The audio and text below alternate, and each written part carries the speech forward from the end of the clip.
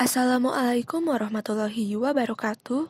Perkenalkan, nama saya Wulan Endah Katresna dari Program Studi Administrasi Pembangunan Negara kelas U3 angkatan tahun 2020.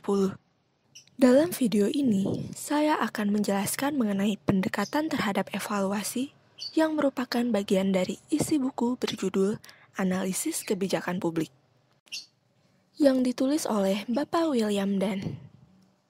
Materi ini terdapat dalam bab 9 dengan pokok bahasan mengevaluasi kinerja kebijakan.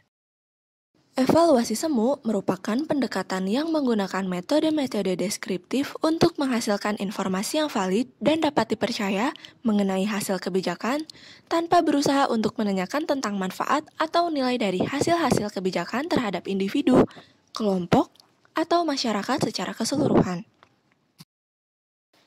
Metode yang digunakan dalam evaluasi semu ini yaitu pencarian fakta dengan interpretasi yang tepat, lalu pekerja peneliti tidak hanya memberikan gambaran terhadap fenomena-fenomena, tetapi juga menerangkan hubungan, menguji hipotesis-hipotesis, membuat prediksi, serta mendapatkan makna dan implikasi dari sebuah masalah yang ingin dipecahkan. Dalam evaluasi semu, analisis secara khusus menerapkan berbagai macam metode seperti rancangan eksperimental semu, kuesioner, random sampling, dan teknik statistik untuk menjelaskan variasi hasil kebijakan sebagai produk dari variabel masukan dan proses. Asumsi utama dari evaluasi semu adalah bahwa ukuran tentang manfaat atau nilai merupakan sesuatu yang dapat terbukti dengan sendirinya atau tidak kontroversial. Namun, setiap hasil kebijakan yang ada, misalnya jumlah lulusan pelatihan yang dipekerjakan, lalu unit-unit pelayanan medis yang diberikan, dan keuntungan pendapatan bersih yang dihasilkan, diterima begitu saja sebagai tujuan yang tepat. Bentuk-bentuk utama dari evaluasi semu mencakup berbagai pendekatan untuk pemantauan yang telah dibahas dalam bab 8 seperti eksperimentasi sosial, akuntasi sistem sosial, pemeriksaan sosial, dan sintesis penelitian dan praktik. Evaluasi formal adalah pendekatan yang menggunakan metode deskriptif untuk mendapatkan informasi yang valid dan dapat dipercaya tentang hasil-hasil kebijakan. Namun demikian, evaluasi ini dilakukan atas dasar tujuan program yang telah diumumkan secara formal oleh pembuat kebijakan dan administrator.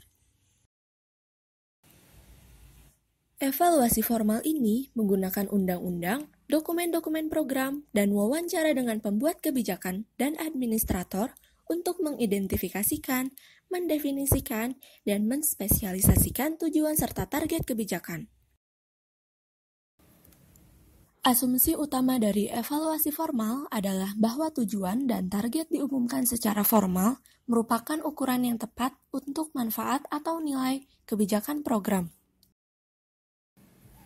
Tipe-tipe utama evaluasi formal ini ada dua, yaitu evaluasi sumatif dan evaluasi formatif. Evaluasi sumatif yang meliputi usaha untuk memantau pencapaian tujuan dan target formal setelah suatu kebijakan atau program ditetapkan untuk jangka waktu tertentu. Evaluasi ini diciptakan untuk menilai produk-produk kebijakan atau program publik yang stabil dan mantap. Lalu, jika evaluasi formatif meliputi usaha-usaha untuk secara terus-menerus memantau pencapaian tujuan-tujuan dan target formal. Evaluasi formal dapat bersifat sumatif atau formatif, tetapi mereka juga dapat meliputi kontrol langsung atau tidak langsung terhadap masukan kebijakan dan proses-proses. Dalam kasus pertama, evaluator dapat memanipulasi secara langsung tingkat pengeluaran, campuran program, atau karakteristik kelompok sasaran. Artinya, evaluasi dapat mempunyai satu atau lebih dari karakteristik yang ada. Evaluasi keputusan teoritis merupakan evaluasi yang memunculkan dan membuat eksplisit tujuan dan target dari pelaku kebijakan, baik yang tersembunyi atau yang dinyatakan. Karena tujuan dan target dari para pembuat kebijakan atau administrator merupakan salah satu sumber nilai, di mana mereka ini dilibatkan dalam merumuskan tujuan dan target di mana kinerja nantinya akan diukur. Evaluasi keputusan teoritis ini merupakan evaluasi yang melengkapi kekurangan evaluasi formal dan evaluasi semu. Yang pertama yaitu kurang dan tidak dimanfaatkannya informasi kinerja. Hal ini karena evaluasi tidak cukup responsif terhadap tujuan dan target-target dari pihak yang mempunyai andil dalam perumusan dan implementasi kebijakan dan program. Yang kedua yaitu ambiguitas kinerja tujuan. Salah satu dari tujuan evaluasi keputusan teoritis adalah untuk mengurangi kekaburan dan tujuan menciptakan konflik antar tujuan spesifik atau target. Yang ketiga adalah tujuan-tujuan yang saling bertentangan. Evaluasi keputusan teoritis berusaha untuk mengidentifikasi berbagai pelaku kebijakan ini dan menampakkan tujuan-tujuan mereka. Metode yang digunakan adalah metode deskriptif untuk menghasilkan informasi yang dapat dipertanggungjawabkan dan valid mengenai hasil-hasil kebijakan yang secara eksplisit dinilai oleh berbagai macam pelaku kebijakan. Asumsi dari evaluasi teoritis keputusan adalah bahwa tujuan dan sasaran dari pelaku kebijakan, baik yang dinyatakan secara formal maupun tersembunyi, merupakan ukuran yang layak terhadap manfaat atau nilai kebijakan dan program. Terdapat dua bentuk utama dari evaluasi teoritis kebijakan, yaitu evaluabilitas dan analisis utilitas multi-atribut. Penafsiran evaluabilitas merupakan serangkaian prosedur yang dibuat untuk menganalisis sistem pembuatan keputusan yang diharapkan dapat diperoleh dari informasi kinerja dan dapat memperjelas tujuan, sasaran, dan asumsi-asumsi dengan mana kinerja akan diukur. Dalam melakukan penafsiran evaluabilitas, analisis mengikuti serangkaian langkah yang memperjelas suatu kebijakan atau program dari sudut pandang memakai informasi kinerja yang dituju dan evaluator itu sendiri.